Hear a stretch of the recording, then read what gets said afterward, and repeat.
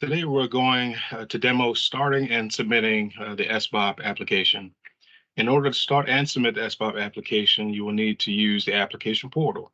This is the same portal we use for all applications, reporting, and disbursements, and two links will be provided in the description. Before we get started, we encourage everyone to watch part 1 of the SSBCI application instructions webinar. So now we're going to get started with the demo. If you have the first link that is provided in the description of the video, you will be dropped onto this page where you will have to click Dismiss. You scroll down to the SSBCI program tile, and you click on the SSBCI program tile. If you have the second link that's in the video, and this is the one that's going to have the SSBCI-home-page as the suffix, then this is the page that it will take you to. Once you get on this page, you would navigate over to the left-hand navigation and you would click on current applications. And then you come down to the SSBCI Investing in America Small Business Opportunity Program chart here. Now this is my demo or my UAT environment, so you're going to see a couple of applications here. And for the purpose of this demo, we are going to click into this top one right here.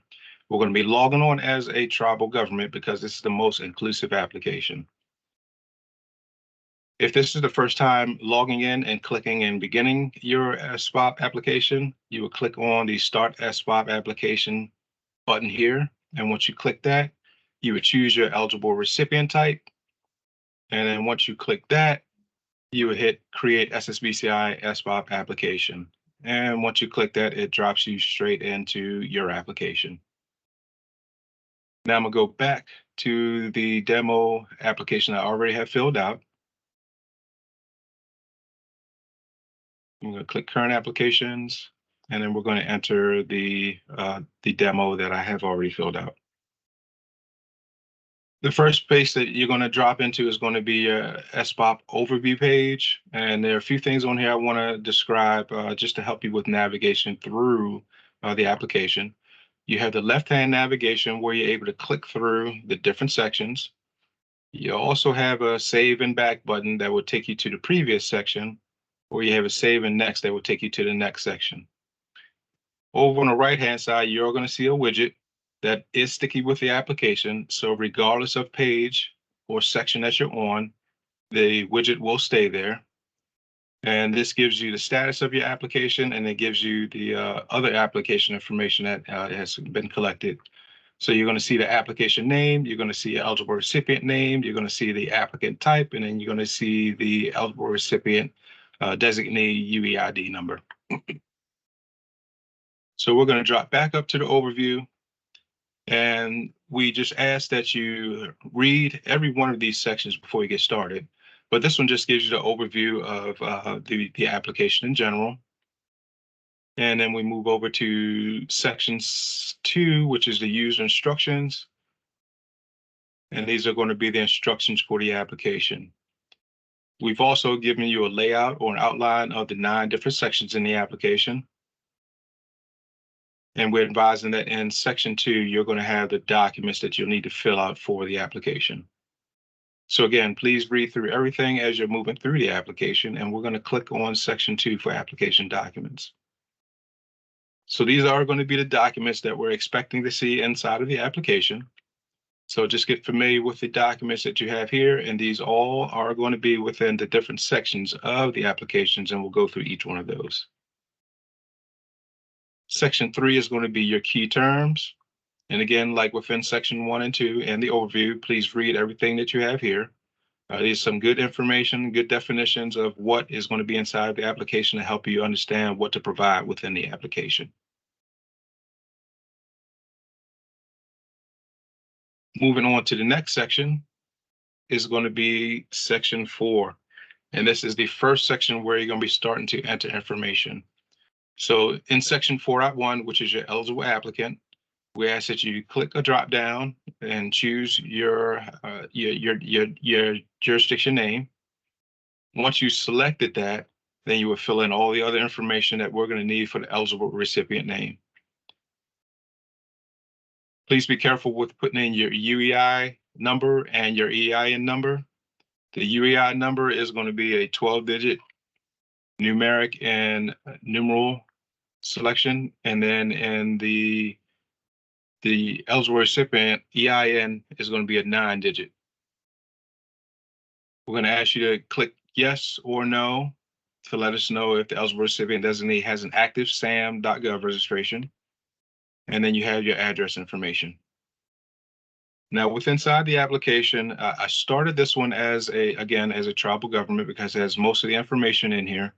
There are going to be a few differences within the application between states, DC, territories, and tribal governments. And most notably is going to be the different types of documents that are required.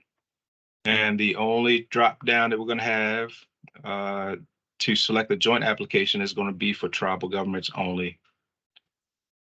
If you are doing a joint application on behalf of multiple tribal governments, you can click the drop down and you would select yes, and that's going to open up your joint application area. One note is if you are adding joint applicants, we ask that you please do not add yourself. If you're the eligible applicant above, please do not add yourself as a joint applicant in this area down below.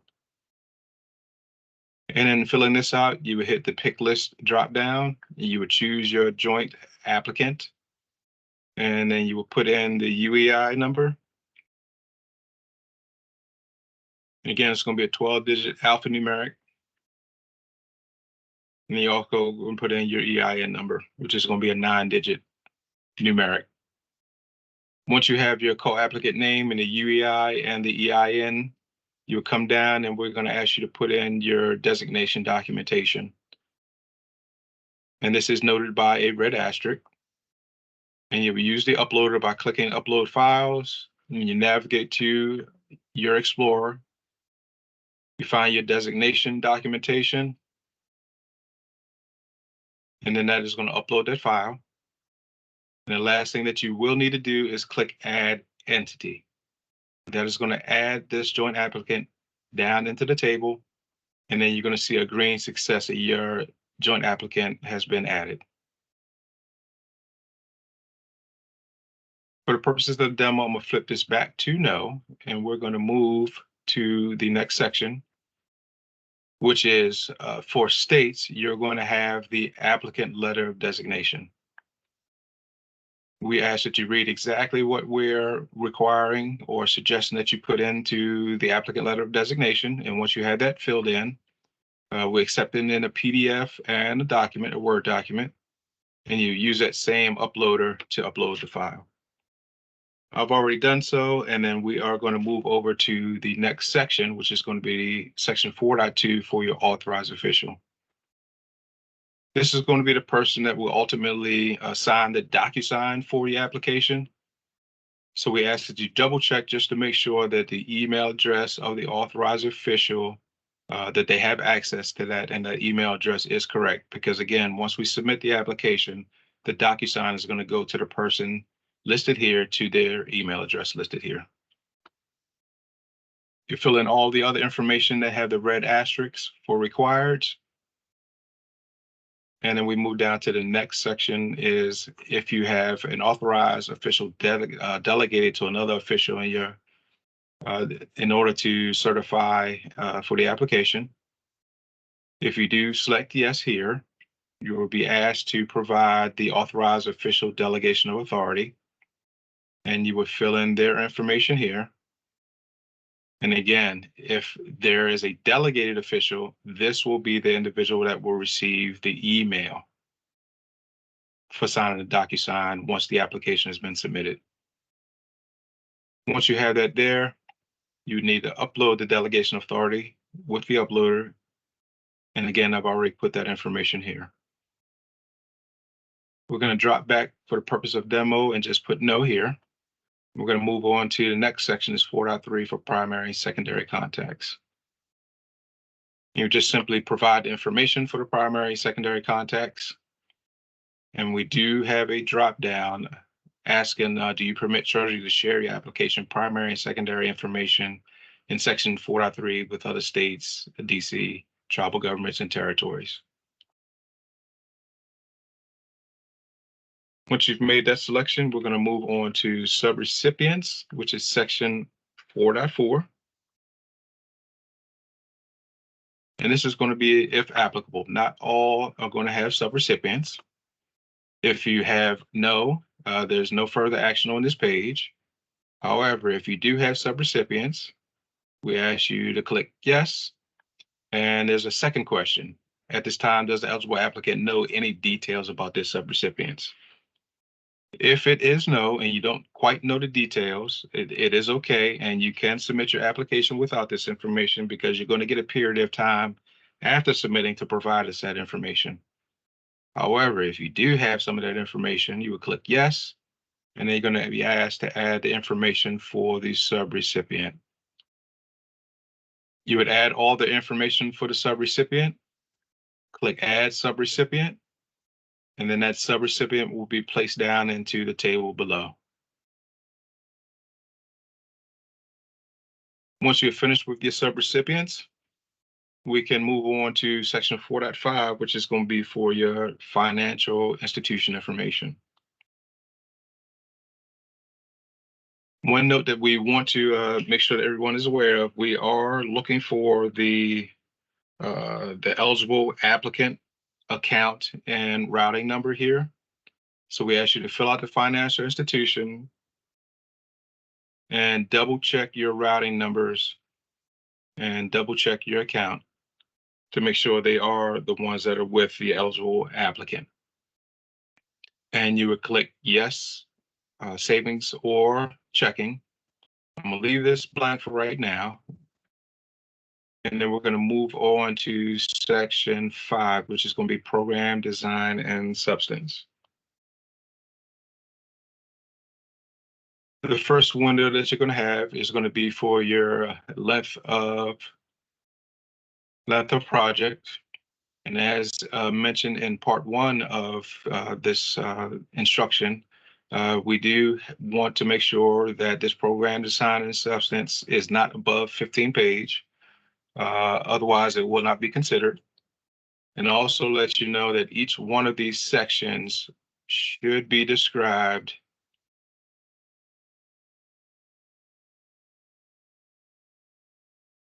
within the program design and substance. Once you have that all filled out, then you would be able to come over to the uploader again. And here we accept PDF and Word document. And again, you would upload that using the uploader here. And again, I put a blank document just for purposes of the demo. If we're going to move over to the next section, this is going to be your 6.1, where you propose budget and narrative justification. And here's where you would fill in all of your information, all your budget information. And then these are demo numbers, so just be aware of that, but you would use your numbers to plug those into these different sections. So you're going to have your direct cost by budget categories here. And then you're going to have your total program cost, which is going to be rolled down to the total direct cost. We also have your indirect costs, so you match and put that there. And if you have matching funds, we would like you to add that number here. And then we also like you to add a narrative in terms of what the source of the non-federal funds are. Same thing for program income. If you have program income, place it here, and then add the narrative here. Now, everything that has been provided above is going to be rolled down towards here. So your total direct costs and your non-federal will be rolled up to the 5.6. And then your total proposed budget in this example is going to be 6.6, combining these two. These are automatically calculated fields, so these are not fields that should be input. It's not going to have the ability to input. It's automatic calculation. So once you have all your information, all your budget information provided, the next piece is we're going to have, does the applicant have a current NICRA or cost allocation plan? You simply hit yes or no. If you hit yes, then it's going to ask you for upload the NICRA or cost allocation plan. And again, that can be PDF or Word doc. and you use the same uploader to upload that file. And again, I've put that here for the purposes of this demo. We'll move on to the next section, which is going to be section 6.2. And we ask that you just provide the narrative justification of budget.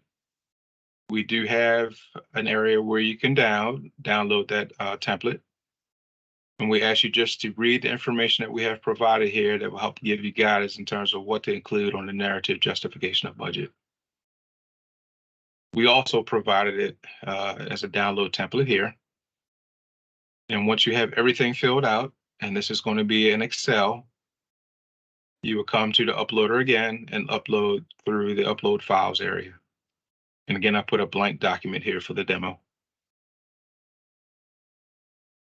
And we can move over to the next section, which is going to be section 6.3. And this relates to what we've provided in 6.1, where you provided the matching cost in the non-federal funds. We're asking you to put your letter of matching funds commitment in this area. To give some guidance in terms of what should be put into that letter. And the key thing here is that when you are submitting this letter, the commitment must be signed by an authorized representative of the contributing organization. This letter can be uploaded as a PDF or doc and uploaded with the uploader here. And then it will drop down to the table here where you've seen I've already put a document here. On to the next section, which is going to be section 7.1. Also mentioned in part 1 of the instruction video, this is where the form SFLLL needs to be uploaded. And we have a link where you can upload you can download the template for the SFLLL. And again, this is the one where if you have lobbying activity, this is what you need to fill out. If you do not have lobbying activity, we do have a checkbox that you can check. And that's simply saying check if not applicable because there are no lobbying activities to disclose. And you click that checkbox and you'll see that that downloader disappeared. We're going to uncheck that for the purposes of the video, and we're going to move over to section 7.2. Now in 7.2, both are optional for tribal governments. However, 7.2 is going to be required for states, DC, and territories. And again, I'm logged in and I started this application as a tribal organization, but if you are a state, DC, or territory, you will see a red asterisk next to upload documents indicating that it is a required document. Since I'm logged in as a tribal government, I'm going to leave this as optional, so I'm not going to upload here. And then 7.2, again, is optional for tribes. For states, it is optional at this time, but it may be required, and it is recommended that you include it with the submission as it may expedite review and award process. So we're going to upload a file here, and we're going to click that. We're going to click done when the blue done highlights, and then you'll see the file drop down into the file area right here. We're going to move on to the next section. And this is where you're going to have your assurances and your certifications. These are two separate documents. Both of them are required. And both have a template download area. Assurances download template is here. Certifications download template is here. Once you have everything filled in and ready to submit, we need it in a PDF or doc form. Now I've already added these two, that's why the upload is grayed out. But you would click that uploader, upload your document, and it will come down into the table. That's going to be the same for assurances and certifications. And we're going to move over to the next section. Now, this section is optional for everyone, but you may provide the documents that substantiate elements of the application and their ability to successfully execute the project. And we give you some guidance in terms of what types of examples can be used with these documentations about your ability to successfully execute the document. And again, this is not required, but it will be providing such documentation will be prioritized through the evaluation criteria. If you are choosing to submit your programmatic supporting documentation, you use the upload as we've done with several other documents, and then that will drop down into the document area right here. And moving on to the last section, which is going to be application, certification, and submission. And you simply click the submit application for authorized signature. And we also have another note here, just making sure that the email address that was provided for the authorized official is correct and it is accessible, because that's where the DocuSign is going to be sent. We also mentioned that if there's a designated official that has been identified, then that email address will go to that designated official only. Once you have everything that you see and everything is good and you're ready to submit, you click Submit Application for Authorized Signature. You're going to get a confirmation box and you click Submit again. And I know you remember back in the financial institution area where I did not select checking or savings. The application does throw that error, so we do need to go back to that section and cure what's happening. So if we go back to section 4.5, you will see that complete this field is going to be highlighted because that is throwing the error. And we're going to collect or check checking. I like to always hit save information. And then we can scroll back down to application submission. And we can submit application for authorized signature. You get a confirmation box, click submit. And then we're going to get a green success story that your application has been submitted. It also says that the DocuSign has been sent. And you will see that the status has changed to e-signature pending. The authorized official or the designated official that received that email would be the last step, and they need to check their inbox in order to complete the DocuSign to complete the application submitted. Once they complete DocuSign, then this will change over to application submitted, and then that will start the review process on our end. And with that, that is the end of today's demo. Thank you.